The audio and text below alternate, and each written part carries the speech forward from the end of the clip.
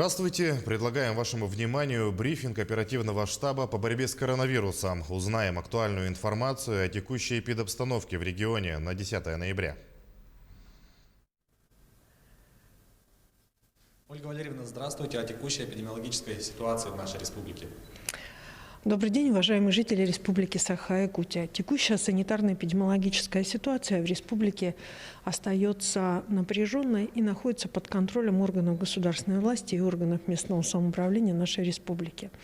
За прошедший период, по данным Управления Роспотребнадзора, по республике выявлено 207 новых случаев коронавирусной инфекции с учетом новой методики подсчета, включая в том числе и вирусоносителей. Город Якутск, как столица республики, по данным зарегистрировано 120 случаев. Необходимо обратить внимание, что большое количество случаев зарегистрировано в ряде районов, которые для нас ранее являлись наиболее спокойными с точки зрения санитарно-эпидемиологической ситуации. К таким районам я бы отнесла и отдельно выделила сегодня Анабарский улус. В нем зарегистрировано 10 случаев коронавирусной инфекции, и, соответственно, сегодня принимается ряд мер для того, чтобы не дать распространения инфекции в последующем. 10 случаев также зарегистрировано и в Верхневилюйском улусе, а чуть немного меньше в Нерюнгринском, Мегино-Кангаласском и Мирнинских районах. Еще раз обращаю ваше внимание, что сегодня практически в каждом муниципальном образовании есть зарегистрированные случаи. Задействованы сегодня у нас для этого и работают все службы, как учреждения здравоохранения, так и управления Роспотребнадзора. Сегодня утром глава Республики Саха-Якутия Арсен Сергеевич Николаев провел оперативное совещание совместное с главами муниципальных образований, заслушав 3 из них и поставив задачи, которые сегодня стоят перед нами всеми вместе для того, чтобы не давать распространяться заболеванию или каким-то образом не обеспечивать условия, необходимые для спокойного санитарно-эпидемиологического благополучия граждан. Действительно, с понедельника у нас ряд школ, как образовательных учреждений, вышло в обычный режим. Здесь очень важно понимать, и об этом сегодня также сказал глава республики, о том, что в обязательном порядке школы должны соблюдать все санитарно-эпидемиологические требования и сегодня проводить в том числе и профилактическую беседу в виде профилактическую работу в виде просветительской деятельности для того, чтобы научить наших деток носить маски, соблюдать социальную дистанцию и, соответственно, жить в новых реалиях. Для органов же государственной власти, органов местного самоуправления задача является создание санитарных условий, безопасных для того, чтобы школьный процесс и образование, как гарантия государства, полноценное образование было дано в полном объеме.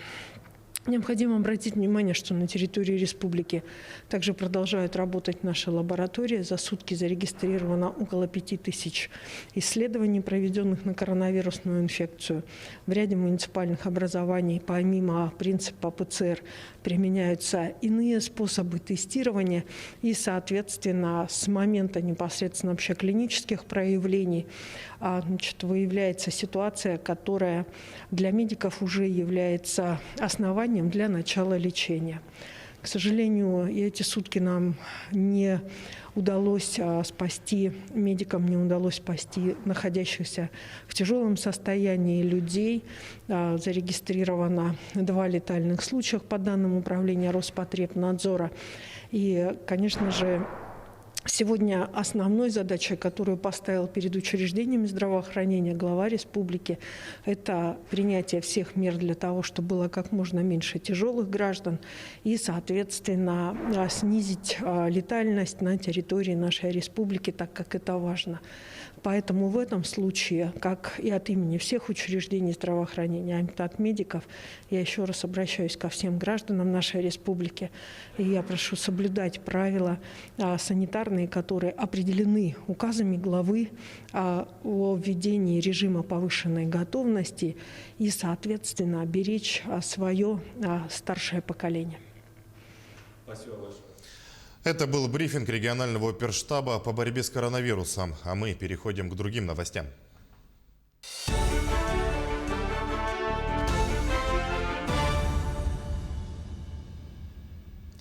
Владимир Путин объявил о полном прекращении огня и размещении миротворцев в Карабахе. Президент Азербайджана, премьер-министр Армении и президент России подписали соответствующее заявление. Оно вступило в силу сегодня. Таким образом, Азербайджан и Армения останавливаются на занятых ими позициях. А вдоль линии соприкосновения в Нагорном Карабахе и вдоль коридора, соединяющего регион с Республикой Армения, размещается миротворческий контингент России, заявил Владимир Путин. Внутренне перемещенные лица и беженцы возвращаются на территорию Нагорного Карабаха и прилегающие районы под контролем Верховного комиссара ООН по делам беженцев. Производится обмен военнопленными, другими удержанными лицами и телами погибших. Разблокируются все экономические и транспортные связи региона. Контроль за транспортным сообщением осуществляется в том числе при содействии органов пограничной службы России. Исходим из того, что достигнутые договоренности создадут необходимые условия для долгосрочного и полноформатного урегулирования кризиса вокруг Нагорного Карабаха на справедливой основе и в интересах армянского и азербайджанского народов. Глава Якутии Айсен Николаев сегодня принимает участие в очередной сессии Госсобрания Илтумен. Парламентарии рассматривают ряд вопросов, связанных с назначениями в правительстве региона. В частности, согласие назначить Андрея Тарасенко на должность председателя правительства, а Кирилла Бычкова на должность первого вице-премьера. Кроме того, депутаты рассмотрят два проекта республиканских законов о налоговой политике республики и поддержке сельскохозяйственного производства.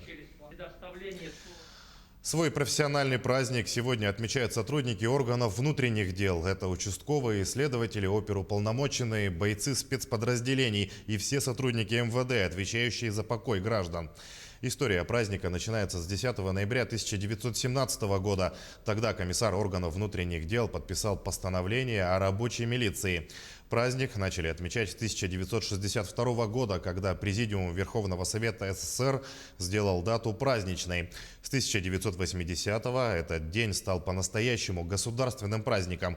А в 2011 году с переименованием милиции в полицию изменилось и название праздника.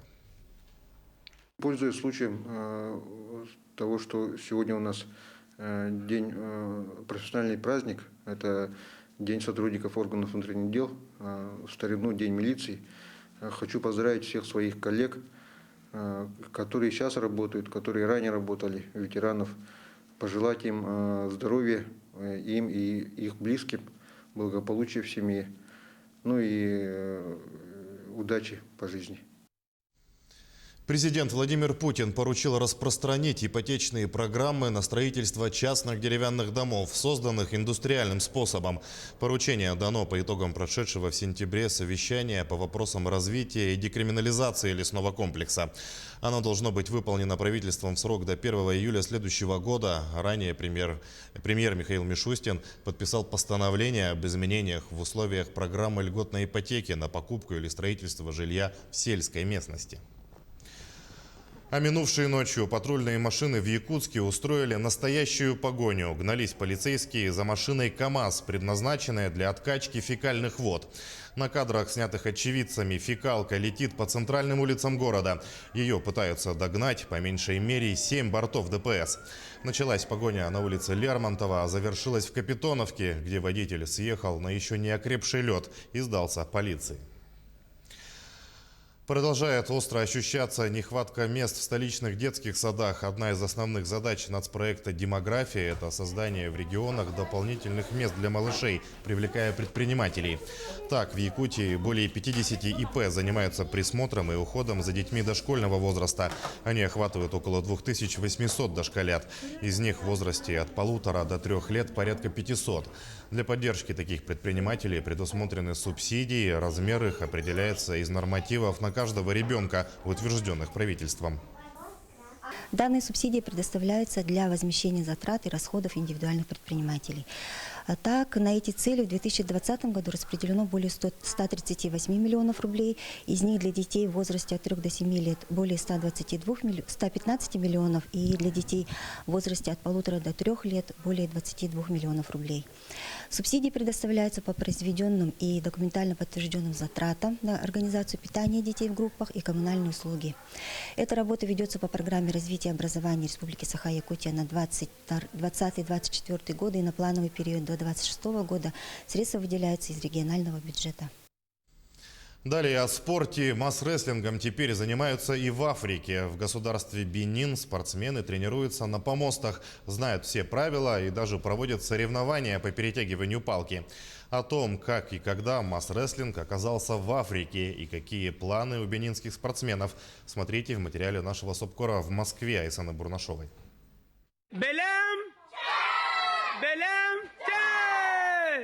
На этих видеокадрах участники первого школьного турнира по масс-рестлингу в Бенине. Соревнования прошли в городе Басила на базе местного колледжа. 50 юных спортсменов участвовали в 4 возрастных категориях. Видно, что ребята быстро приноровились. Ступни в стартовой зоне, пятки на помосте. Слышны якутские «белем» и «че». Организаторы отмечают, игра прошла по всем правилам.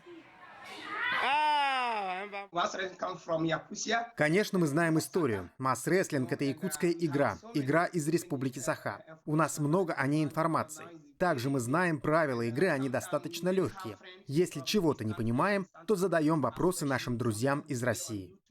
Хасан Фосинин-Адей – главный организатор турнира. Вместе с командой он собрал и инвентарь для соревнований. Палки, помосты, доски упора – здесь важна каждая деталь. Поэтому с техникой правильной сборки и покраски оборудования бенинцев поддержали на родине масс-рестлинга. Республиканский центр национальных видов спорта отправил им чертежи, и мы контролировали процесс изготовления. За этим наблюдал весь мир. Они пошагово отчитывались и изготовили настоящий хороший инвентарь. И он будет распространен в 3 странах – Того, Гана и остается еще в Бенине. Впервые о масс-рестлинге в Африке заговорили в 2013 году. Первопроходцем был Мадагаскар. Инициативные спортсмены даже проводили региональные турниры. Бенин же вошел в Международную федерацию в 2016 году. Хасан Фосинин-Адей надеется, что соревнований по масс-рестлингу станет больше. В планах у него объединить все африканские страны и провести общеконтинентальный турнир. У нас есть мечта, очень хорошая мечта. И я думаю, что наша работа, старания не останутся незамеченными. Мечта сбудется и реализуется. Из якутского национального вида спорта масс-рестлинг перерос в поистине международный. На сегодняшний день он объединяет 49 стран и 6 континентов. Ежегодно в мире проводится около 200 соревнований. И с каждым годом желающих выйти на помост и перетянуть палку на свою сторону становится только больше. Айсана Бурнашова, Максим Кардозу, Виктор Олесов, Джур Березкин. Москва, Бенин. Наши корреспонденты следят за развитием событий. Берегите себя в общественных местах, носите маски, соблюдайте социальную дистанцию и оставайтесь в курсе новостей.